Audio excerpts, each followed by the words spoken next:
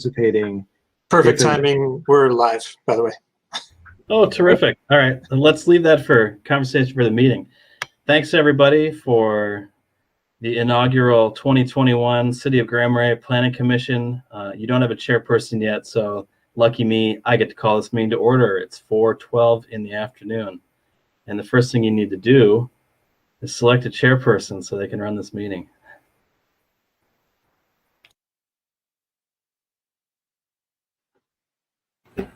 I will nominate Michael Gary. I would nominate me too. Head nodding. You're the guy.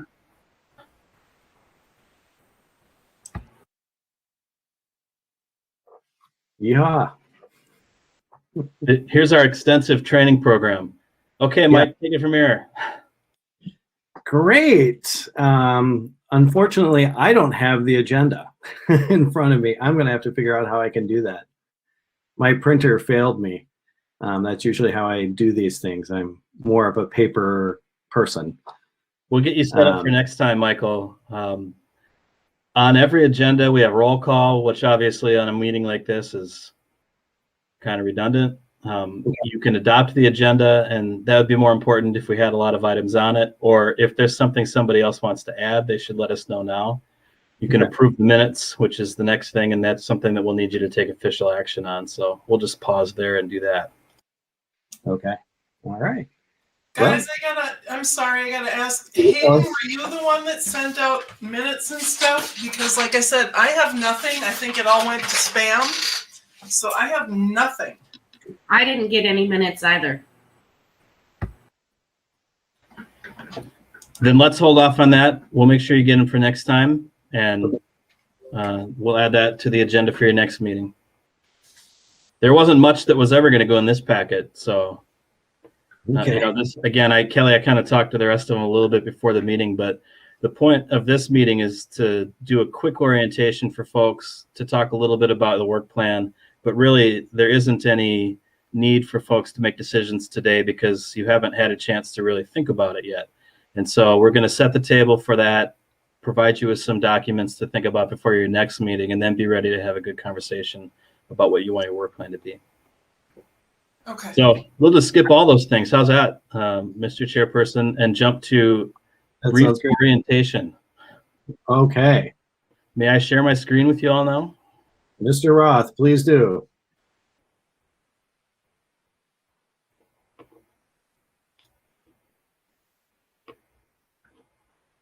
Can you see this? Yes. Yes. Okay, so what we're looking at here should look familiar to some of you. This is just a quick look at some of the things that show city councilors when they're elected, and these laws also apply to you, and some of these issues do. So first of all, what is a quorum? There are currently 4 of you on this board. Typically, there are 5. In either case, a quorum is enough members that is more than half, and so that's 3 of you.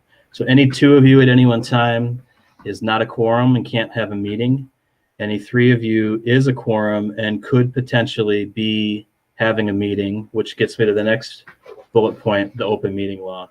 When you have a meeting, they have to be open to the public. And it's a violation when 3 or more, and this says council members, but it's really for any of our boards, meet and decide business, that it's outside of that meeting.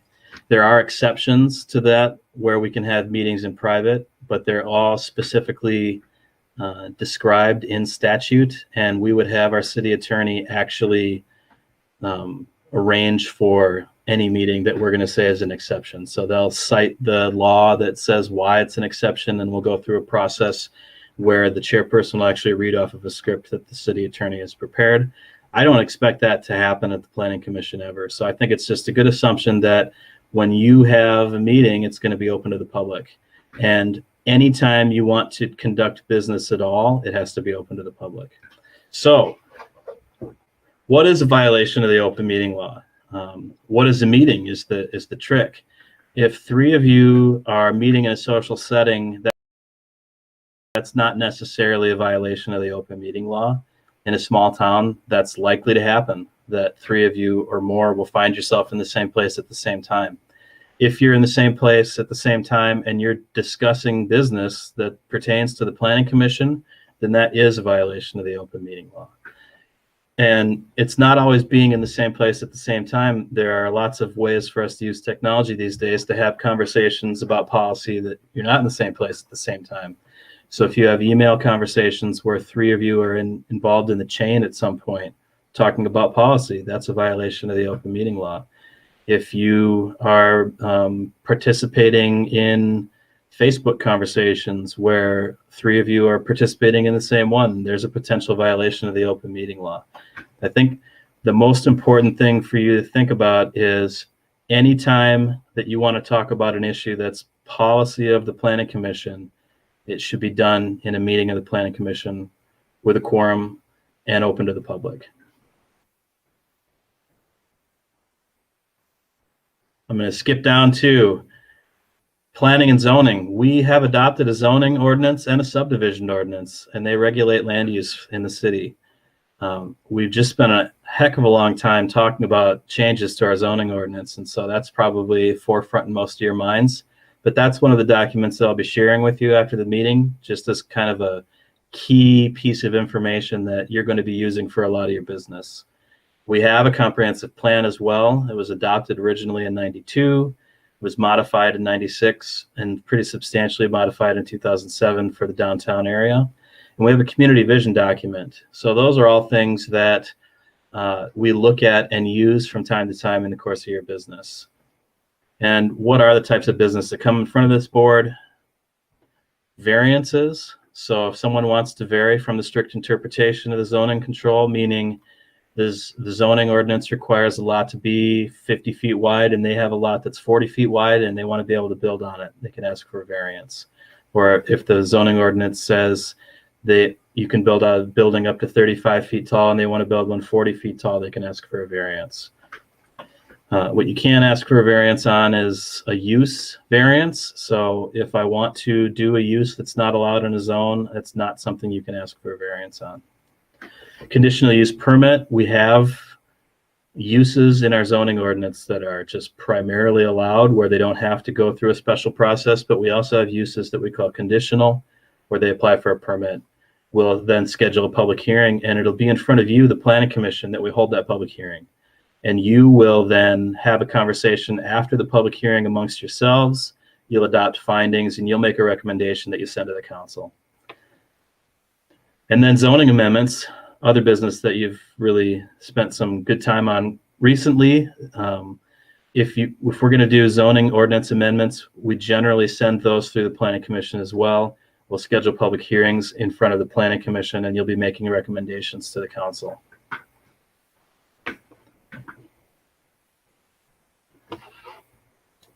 So that's my brief orientation. Welcome to the Planning Commission, everybody. I won't even get into what is a Planning Commission, and I think we're going to just kind of grow into that role. As you see, folks are going to hopefully soon start getting busy with plans for summer construction projects, and we're going to have periodic applications for zoning and conditional uses that'll get in front of you. Your regular schedule now is this first Wednesday of the month. In order to schedule a public hearing for the first Wednesday of the month, we need to usually receive something kind of the middle of the month prior to that.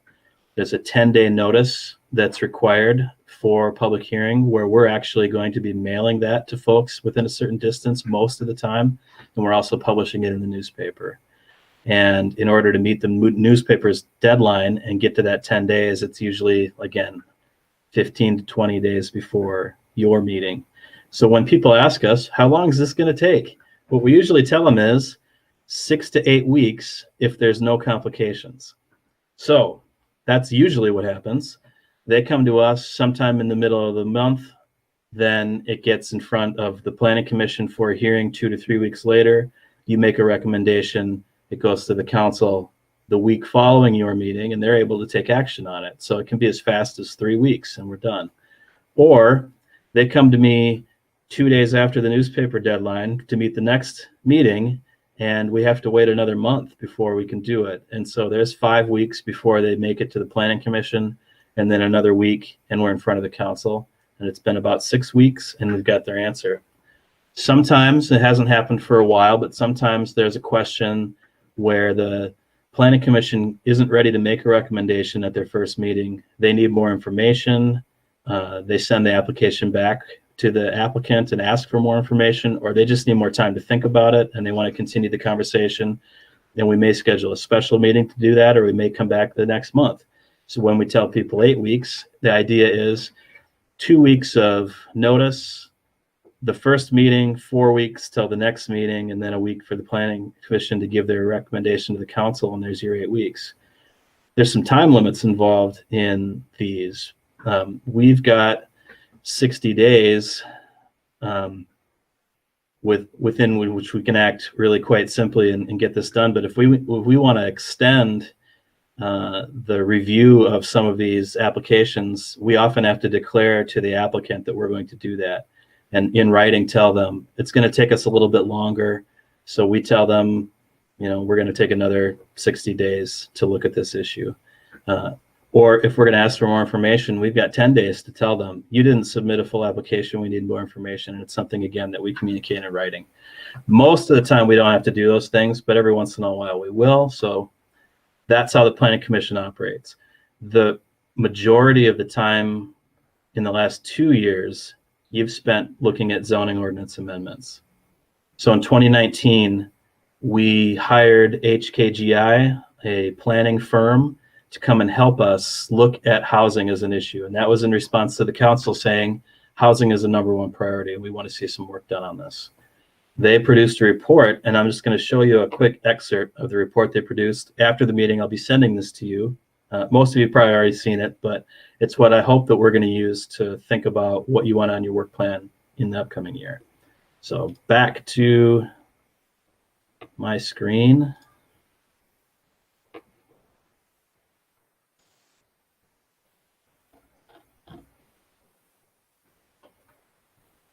Do you see Housing Regulations Implementation Plan? Yes. Okay, thank you. This document, like I said, I'll be sending it to you, is a summary of the work that HKGI did for us looking at our housing regulations. So we've got these steps of what they did for the study. And then more importantly, the priority housing regulatory barriers to address and recommended implementation strategies.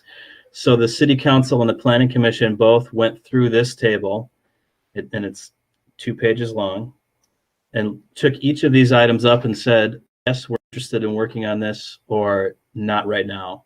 And we actually ended up selecting a few of them that got combined into a project that we did at the end of 2019 and into 2020, and then through all of 2020, where we considered significant changes to the housing zoning ordinance. Here's the proposal. I'll send this to you as well, of what they were going to do. And this list here is the most important. Develop additional housing types and standards, determine appropriate locations, and review and adopt zoning ordinance and map amendments.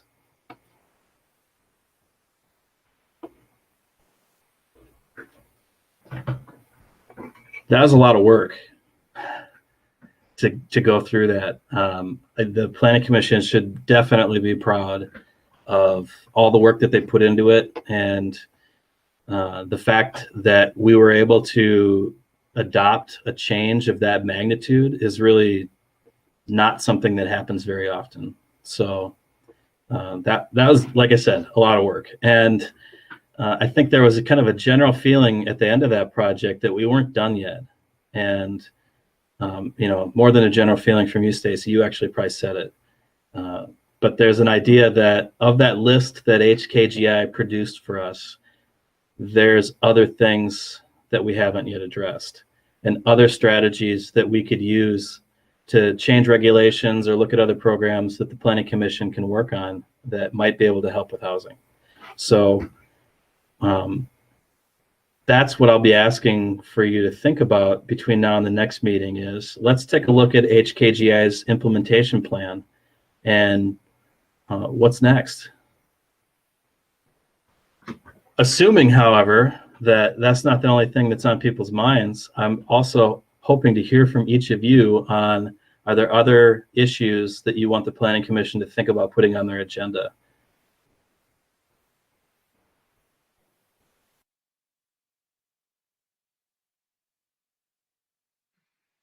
Yeah, well, one thing I was trying to determine, and I think this is what Stacy was talking or going towards, is talking about the HRA and wondering. I know that it's the city's relationship with the HRA, but how is planning and zoning involved in that relationship, or is it? I guess that'd be my question to you, Mr. Roth. I don't know that it has to be. When we look at the types of issues that you normally are working on, it's the zoning ordinance itself more than, say, a program to help people do remodeling of existing homes or a program to subsidize the construction of new homes. That doesn't have to be the way it is. A planning commission, I think, can have a much more active role in that type of capital improvement planning or program planning if that's a direction you want to take it.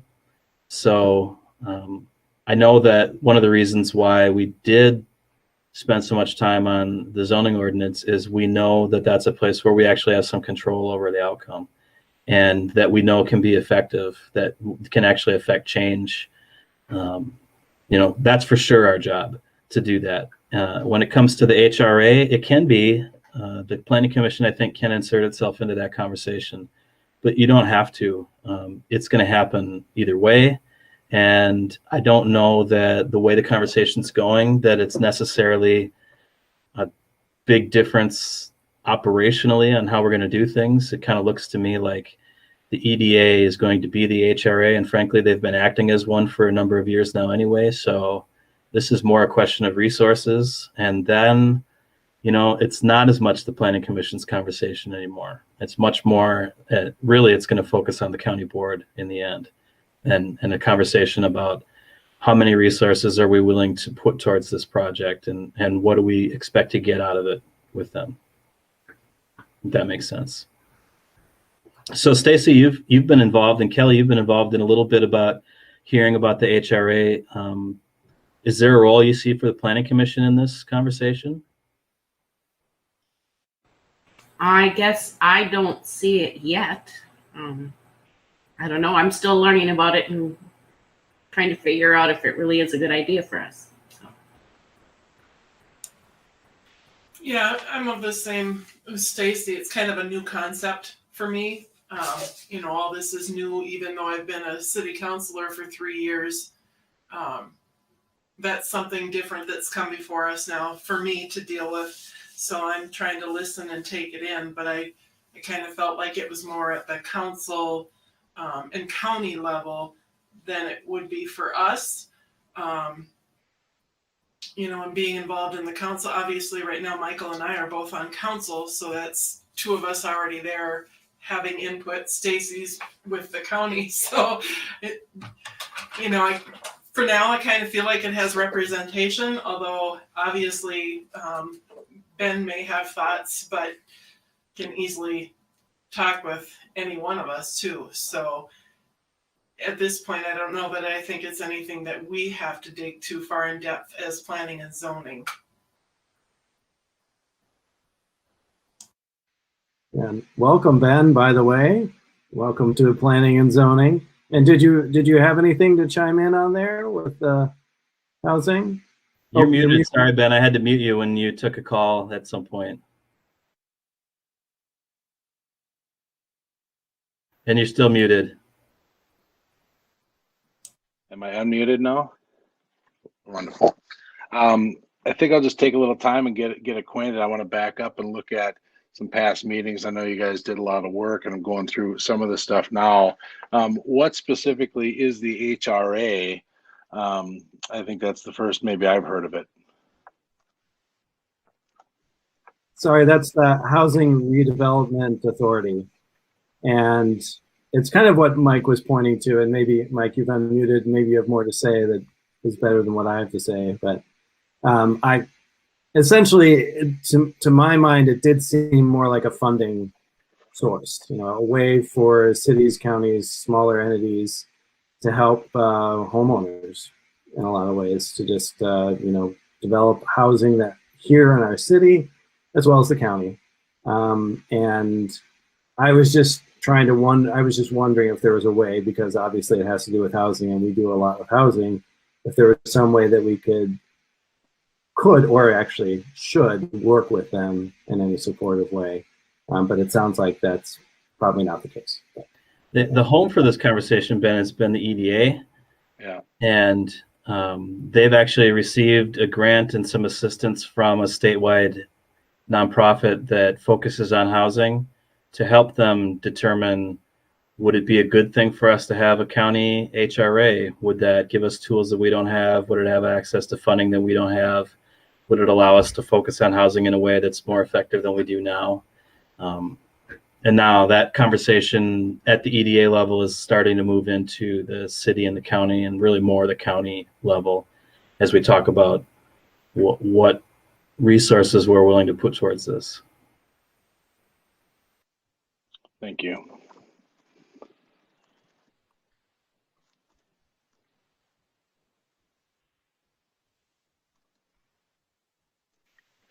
So I would just put out there for anyone, is there a direction that you're thinking about going forward that you thought we should focus in on? I mean, I know we've got our homework that we'll be doing, but does anybody have anything right off the top that they know that they'd like us to be looking at or moving toward?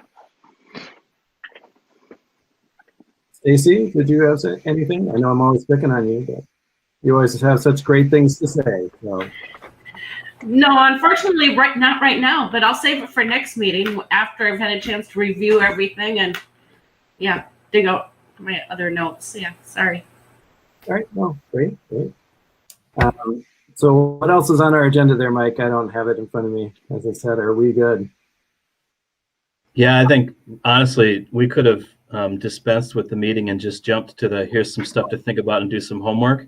But okay. It's March, and I didn't want to go any longer without getting in a room and just at least practicing and looking at each other's faces and having you pick a chairperson. So we don't have to spend any more time on this unless people have anything else they want to add. Go ahead.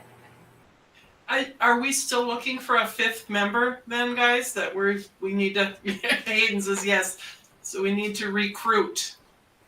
You do need a fifth member for sure, and you could potentially want another person too, Kelly. I think the idea of having one city councilor on here rather than two that'd be better, I think, if we got to another person as well. Okay. I'm wondering, have we gotten any land use permits, building permits, since we open things up? No, I don't think we have. I can tell you, I've probably had a half a dozen conversations with folks who are starting to think about building projects.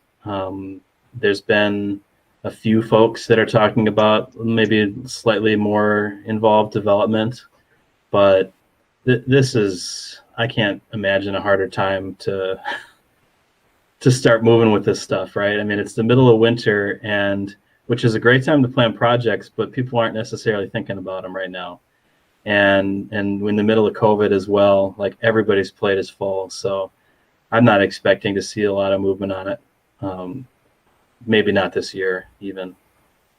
But we're going to do our best to keep the word out there in front of people that, hey, these rules have changed and there's a lot of different avenues for folks to make some improvements. And I'd say in the next few months, I'd expect to actually see some applications as well based on the conversations I've been having. That's good, because I want to know that our work paid off and is being helpful. So keep us informed on that.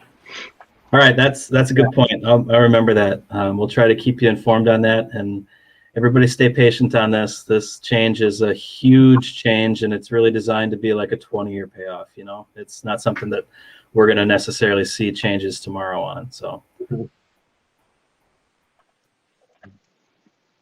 All right. All right. Well, hey, as you may have noticed, you know, we don't always schedule meetings for the Planning Commission since it's March and this is the first time we've done it for the year. A lot of the time, we're going to do this meeting based on what your agenda has on it. So if you've got applications for public hearings, we're having a meeting. If you have work that you've asked us to do or that you're working on and we've got things to talk about, we're having a meeting.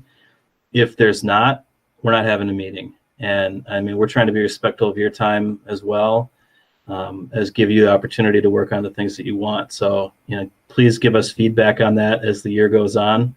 I think 8 to 10 meetings a year has been kind of pretty common though. So just to build that expectation. And like I said, give us feedback on that and let us know how it's working for you. And otherwise, like I said, homework on the way and we'll talk more next month, huh? All right. I guess we'll move to adjourn. Anybody second that? I will second. Thank you, Councilor Swearingen. We are adjourned. Thanks, guys. Sorry. Good night, everybody. Thanks again. Bye-bye. Bye.